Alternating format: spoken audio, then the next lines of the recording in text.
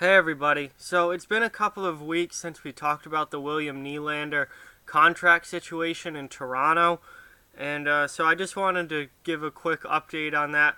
Basically, what I've been hearing about Nylander and the Maple Leafs is that they are much closer to getting a deal done now than they were a couple of weeks ago. There's been significant progress made on both sides, and what I'm hearing is that when a deal does get done, I think it's probably going to be a 6-year deal. That's the term that I've heard, and it's going to be somewhere around $7 million per year. At least that's what I've been reading online from NHL sources, is that they're much closer to a deal and that it's going to be around $7 million per year for 6 years. Obviously, if that is the case and that's what it ends up being, both sides gave a little bit. Toronto obviously came up a little bit if they're willing to give him 7 a year. And Nylander's definitely come down from his asking price of around $8.5 million per year. So both sides appear to be moving closer and closer towards some middle ground, and they appear to be somewhat close to getting a deal done. So I don't know exactly how long it's going to be before a contract's in place, but it seems like over the last week or so, they've gotten significantly closer, and there's been a lot of progress made. There was a lot of talk this week because the Maple Leafs general manager, Kyle Dubas, has been in New York and in other places watching games, and basically all of the places he's been have been tied to Nylander.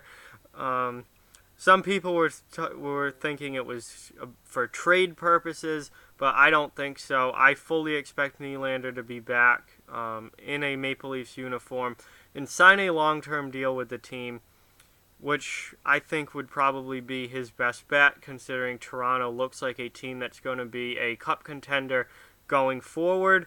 If he wants to win, Toronto is a good place for him. But we'll have to wait and see what happens, because there's obviously no deal done yet. Otherwise, Twitter would be going absolutely nuts right now. So that's just what I'm hearing, basically, is that Nylander and the Maple Leafs are getting a lot closer to getting a deal done. The apparent term they're working on is a 6-year deal worth around $7 million per year.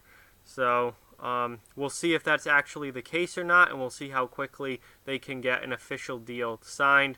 But we'll just have to keep an eye out. This is turning into kind of a Carlson watch situation where it just drags out and keeps dragging out and keeps dragging out. But I think that obviously restricted free agents only have until December 1st to be signed.